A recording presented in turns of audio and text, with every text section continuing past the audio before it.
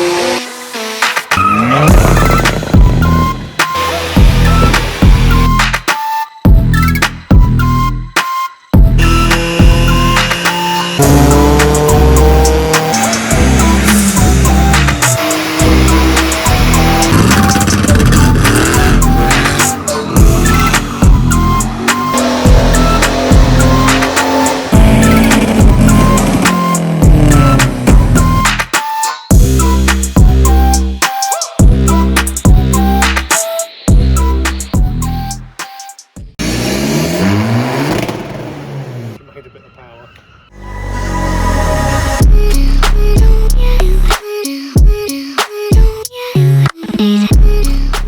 Hello. How's it going? Alright, you?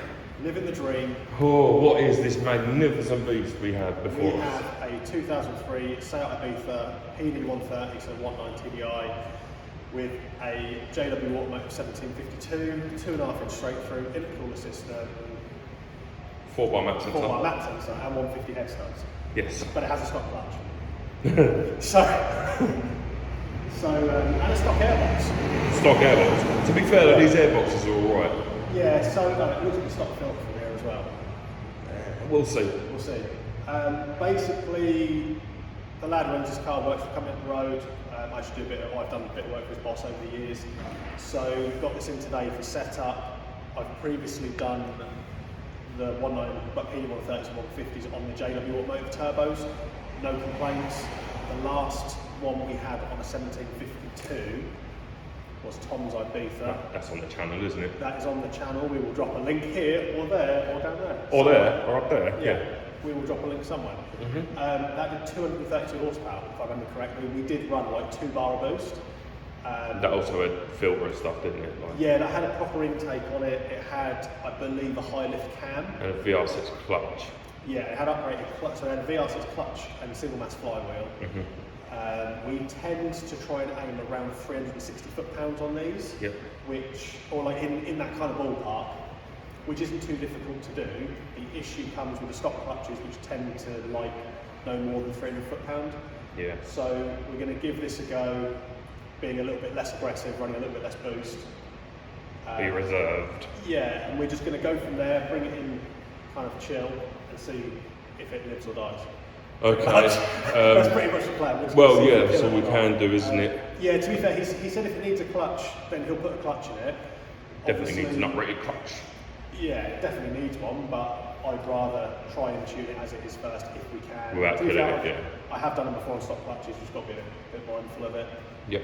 But yes, we're going to jump into that now. We've already base mapped it for the 4 bar map sensor. Yeah, I was going to say we can't do a stock pull on this, can we? Because the map sensor. I'll be honest, it's already got an unknown tune on it, or it's unknown to me at least. So I'm not going to bother scaling the 4 bar. I've literally just put a base map straight on it to account for everything and then we're just going to do some tuning. Yeah, so we're going to do some runs now with some data logs, see where we get to, and do some revisions, I guess. Awesome, let's go.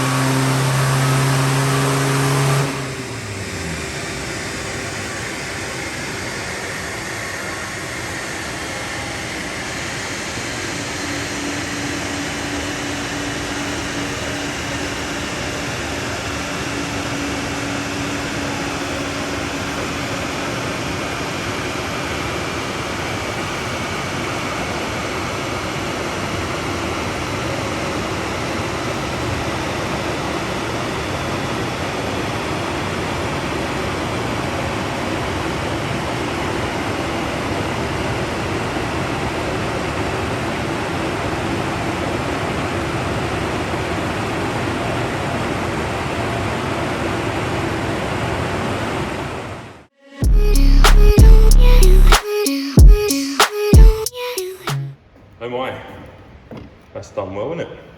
She's done all right. Not too shabby. So that's maybe a little bit more torque than we want. Yeah, more than I was planning on. To be fair, it is only for a brief period though, isn't it? Yeah, I mean it makes at peak 460 newton meters, so 339 foot-pound. Right. To be fair, I mean I've run this torque on stock clutches before. Oh yeah, it seems to be handling fine. The big thing with stock clutches is they either take it or they don't. Yeah. That's kind of. I remember that transporter we did. Yeah. You know, we ended up having to run it in third gear on a shorter run, just to check the data was okay, because we physically could not get runs out of it. We tried fifth, tried fourth, and it was another situation. It kind of had most of the right bits, but a stock clutch. Yeah. So yeah, we just had to kind of do our best to make sure it was safe. But obviously the offer, you know, with that one, the offer was there to turn up when a stronger clutch is in. So yeah, kind of just looking through the logs, there's a dip that I want to try and make a little less aggressive. Yeah. Well, there's, looking at it, to be honest, it's like what, 420 foot-pound, and then it peaks over it for 420 newtons, sorry, and then it peaks over it for, you know, Short period of time. Yeah. 400-500 RPM. Yeah, so it should be fine. Should be, and we're doing what, fifth gear pulls? Yeah. Yeah, So I just want to try and sort out that dip slightly, which it looks like boost is tailing off ever so slightly. Right, okay. Which, to be honest, with the duty request there, it shouldn't really be doing, because it's kind of tapering off and then coming back in. Yeah. But then, to be fair, I have seen a lot of PD. I mean, well, Tom's did exactly this. Yeah. I think so did Brad's on the original turbo. Mm-hmm. And that's just to name a couple of them. So it's very common to get a graph like that. So I just want to see if I can smooth it out and make it a little nicer. Yeah. And then we'll go again. Right, sweet.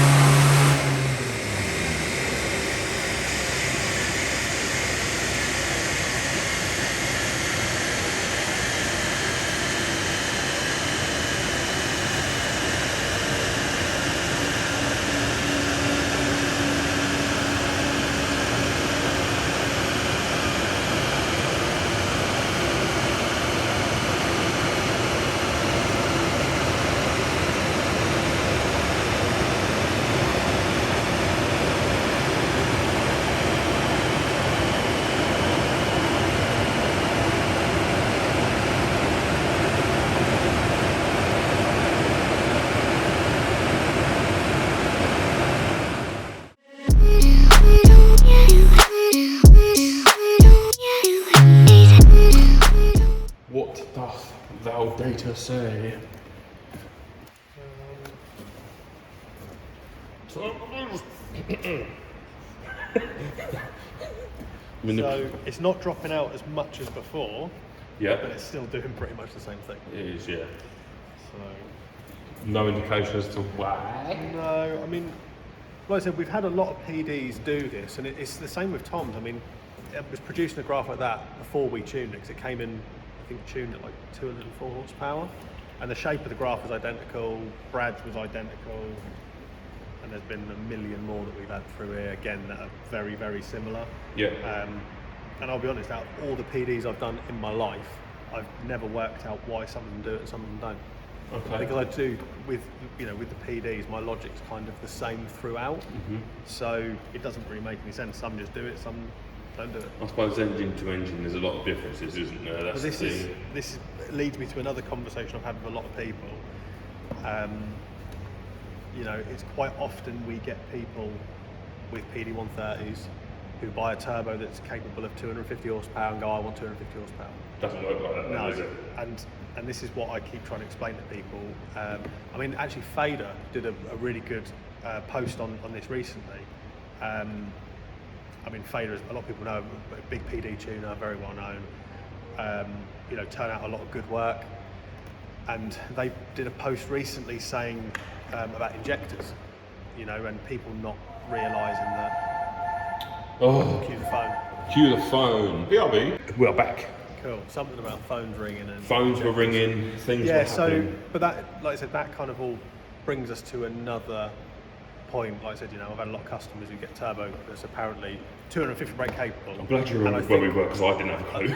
I think a lot of people mistake capable for what it will actually do. Capable and achievable are different things, aren't and they? they forget that, you know, about what you're bolting it to. Like if you're bolting it to a car with 160 km on the clock, that's never had a set of injectors, the exhaust is trash, you know, all these other things, people forget that it's not just the turbo that has a bearing on this. Yeah. Well, when it comes to modification, you're just chasing your next restriction. Yeah. That's what you're doing. Yeah, and that is kind of. You replace it all, it'll do it. And I think people are very quick to forget that as well. And then when cars don't make power, it must be the tune. It's like, well, whatever. Well, I've kind of got to the point where I've had this argument so many times. Yeah, I mean, we're not talking about anyone specifically, no, of course but obviously, not. I mean, you take this car, for example, this is what, nearly 20 years old? Yeah, next year. A year off 20 years old. You know, for it to be pulling the numbers, it's pulling 142,000 miles. So I think even where we are now, I'm impressed. Respectable. Yeah. I mean, given we're at no more than 1.8 bar. Well, we're restricted by the clutch, aren't we? Also, the stock airbox and filter may play some part, and the exhaust, in some of the words of the customer, is a bit janky. Scaffold tube. Right. I think it's 2.5 inch, so that could be better.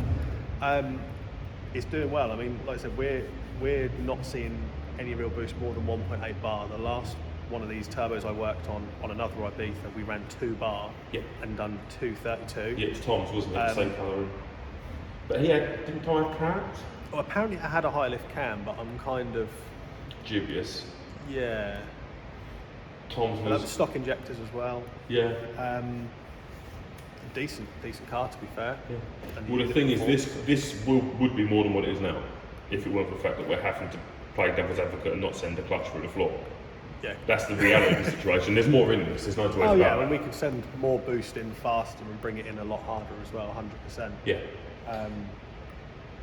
Trying to be half considerate of the clutch. But like I said, I've run this sort of torque on stock clutches before, and they either take it or they don't. Yeah.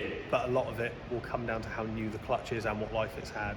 And I'm very much doubtful that with nearly, just over 140k, it's on the original clutch. No, I would be very, very, very surprised if that was the case. But the thing is, as well, obviously people need to figure or factor in is that what we're doing here is going to wear that clutch quicker. So it's not a case of if this needs a new clutch, it's when. It's going to be when, yeah, of course. But that's the other, the long-standing debate is about numbers. Yeah. I know a lot of guys with dynos who do not care about numbers. They literally use it for running the car up, data logging it, make sure everything's good. And I know people who play on the fact of numbers and go out of their way to manipulate numbers. And I'll be honest, I've kind of got to more of the point now where I don't really care what cars make. It's if everything's happy. The car makes what it makes. Yeah, and the thing is, we've all chased numbers.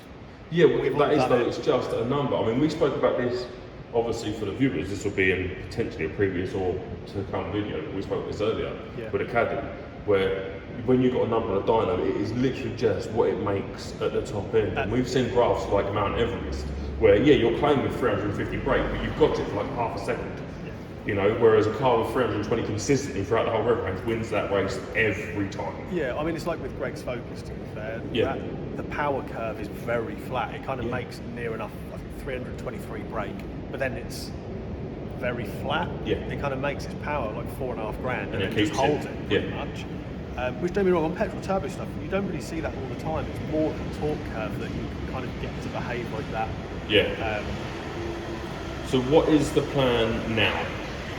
Are we just doing a few more adjustments? The plan now, I just want to do another poll and get some more data. I've just done a quick adjustment. Okay, so we've done some adjustments. I'll be quite honest, I don't. We're nearly there, aren't we? Basically? Yeah, I mean, torque-wise, we can't run anymore. Boost-wise, I'm keeping it how it is. Well, pointless. I've just made another little adjustment to see if I can bring the boost up slightly to try and lose. I mean, it kind of in that last one kind of plateaued and then went up, so it's not exactly dropping now. It's like a second wind, isn't it? Yeah, so I just want to do one more pull and then we'll see where we are. Perfect.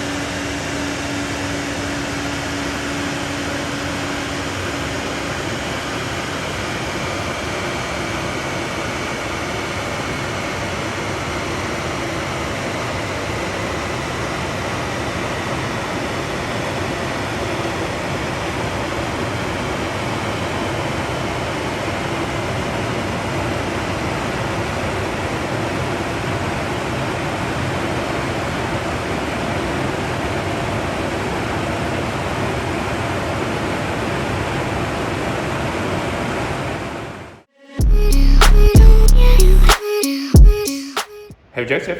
What's going on? Hello. Hello. Hello. Hello. Hello. Right, so where are we? Right.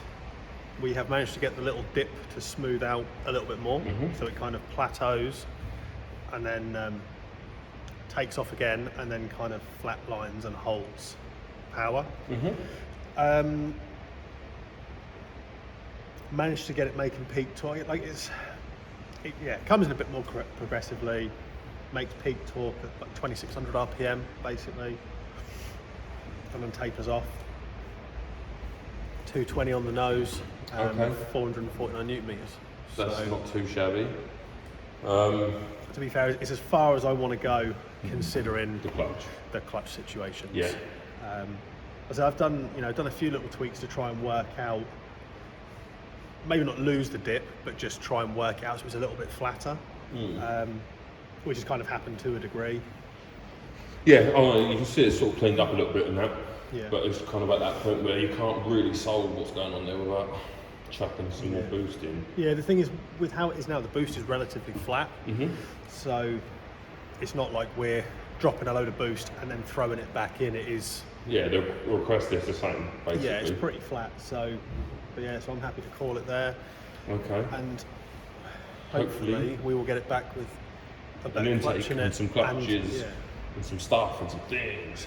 Then we can throw 2.1 bar on twin turbos. Right, cool. Awesome. Till next time. Till next time.